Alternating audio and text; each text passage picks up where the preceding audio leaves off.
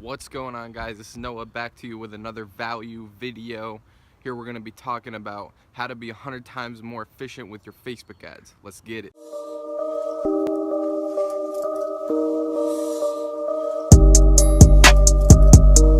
So before you go and make a judgment on this video, like, what is it? It's one of the most important things that I've ever been taught, and one of the things that keep me and my students on track to do six figures. Very simple stuff. Let's dive into the screen share and let's get right into this. Okay, so we're in my computer now, and I'm going to be talking about how to be 100 times more efficient with Facebook ads. And I promise you, if you're not following these rules, you will be 100 times more efficient with Facebook ads. These are some very, very, very basic things that were taught to me way when I was first starting out, um, which maybe made it easier for me because, I was positioned in the right way from my coach to where he knew that I needed to know exactly what I need to know to be the most efficient person with this, because he knew that I owned an agency and I wasn't only doing it for one store. So, efficiency comes with proficiency. So, first rule is know your numbers. These are the questions that you have to ask yourself before you start a new campaign. What is your break even point? This is the amount of money that you make in your pocket after somebody buys this product from you. So the product that you want to run ads to. Here's how you want to calculate it. What you sell the product for. So if you sell it for 40 bucks, minus the processing fees. Everybody's processing fees are different based on currency, all that stuff. You need to go do a test purchase through your store at least once and figure out what your processing fee percentage is. I know Shopify takes anywhere from like 2.7 to 3%, and then they add on like 30 cents to that. So just you got to figure out what's your processing fee number, because if you are scaling, it's going to add up, and you could end up going into the negative if you don't know what your processing fees are. And then you want to subtract your product cost from that, and that's going to equal your break even point. So let's say your processing fees are $2 on 40 bucks, and your product cost is $8, then your break even point would be 30. Okay, so and then what you want to do from there is you want to include discount codes and figure out what your highest break even point is and your lowest break even point is. So you take the discount code off of this measure right here, and you want to figure out, okay, what's the biggest discount code that you have, take it off the top and see what your break even point is, and that'll be your lowest break even point. And then what's the break even point if somebody orders the most expensive variant of what you have. So you want to figure out all of them just so that you have a good ballpark of what you should be shooting for with the ads. And then the next one is something that you probably don't want to worry about if you're just starting out, but if you've been doing it for a few months, you want to figure out what your lifetime value is of a customer. If you have a store where people just buy one thing and then they leave and never come back, this probably isn't that important. But if you have a store where you feel like you have a lot of returning customers, this is definitely important. Just because it'll add to your break even point. It'll allow you to pay more for a customer, and still be profitable, which is a huge advantage over your competition.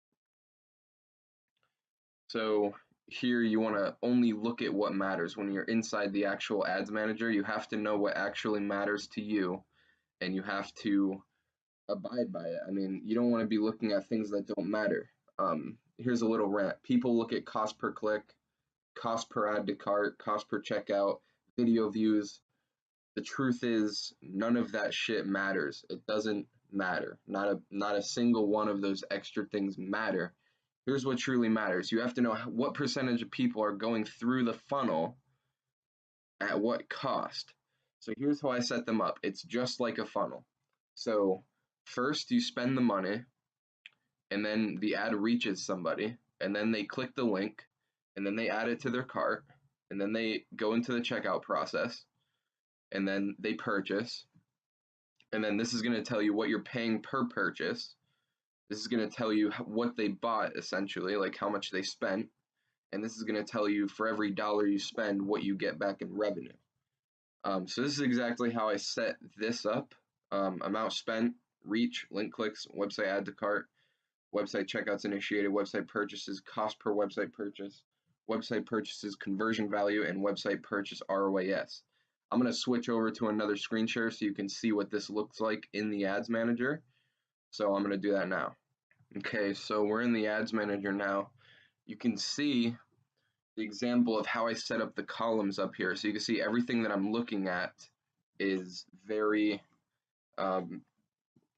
organized, and I know exactly what it is. It's exactly what I told you guys to set it up as. So first, in this column, you see amount spent, the reach, the amount of people that I reached, how many link clicks it got, how many people added to their cart, how many people check out, and website purchases.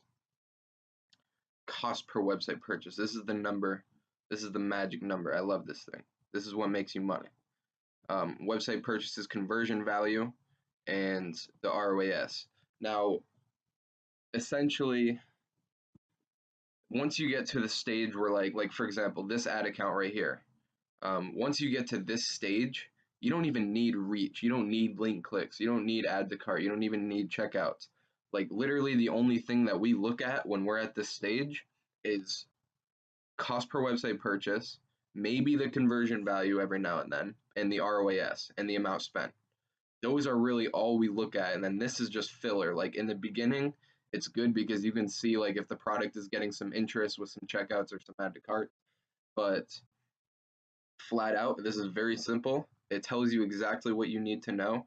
No bullshit like video views and all that. I don't care about that. That's not what matters. That's not what puts money in the bank. So you can see here, this is actually a very good ad account that I decided to show you guys. 3,900 spent, 21,000 back, $20 break even point, and we know the break even point is $20. It's like $21. So if we have a $5.60 cost per purchase, we know that this ad is very profitable, as long as like all these ads as well. So you need to know that. Yeah, so like this one, very profitable. 32 spent, 290 back. Very good. And then the clip right after this, I'm going to be talking about how to name your ad sets. So you see right now we're on the ad set page. These are all ad sets. So you can go watch that clip, learn about this, and then come back and look at how I set it up. So yeah, just pause the video on the ad sets and you'll understand why this is so important, because we have a lot of ad sets going right now, and every time you look at one, boom, you know exactly what it is. You know exactly what it is. Okay, so naming your campaigns so you know what you're looking at. This is very simple, just the name of your product and then the break-even point. So the example is Cool Hat, $21. Very simple. And going back to that, like if you are doing a bunch of different campaigns for one product, you can add to the end of it and just say like conversion campaign, retargeting campaign, that kind of stuff. Just use your common sense with it and stay organized with it. So naming ad sets, I follow a very simple structure. First is the country, and then the age and gender, and then the audience, and then the pixel, and then the budget. So an example for a lookalike would be United States, 18 plus, male and female. Lookalike 1%, PV 180, which is a certain custom audience that you can build.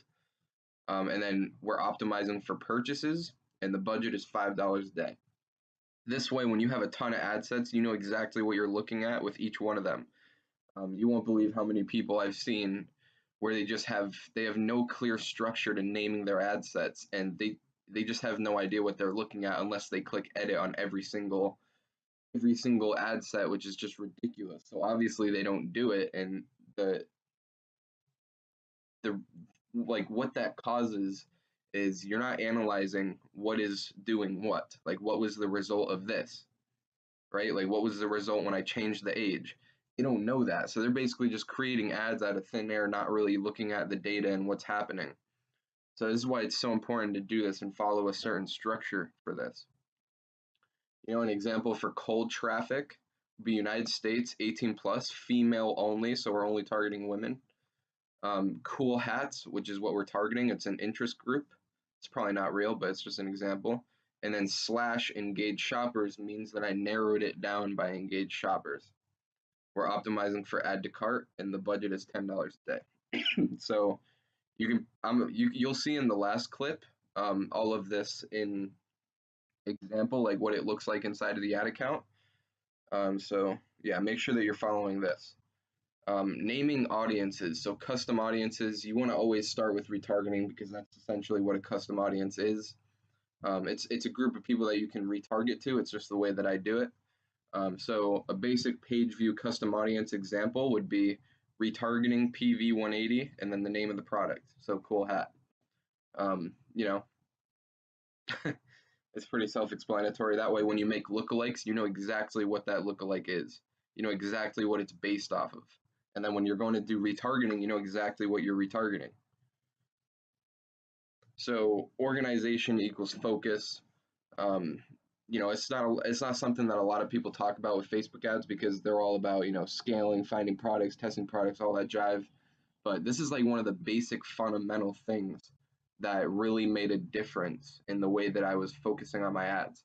And it made me a lot more efficient because I didn't have to click edit. I knew exactly what I was looking at every single part of the way, all the way from cold traffic to lookalikes to retargeting to custom audiences to lookalikes. I always know what I'm doing. And if you want to learn and you want to truly learn this game and master it, you have to know exactly what you're doing.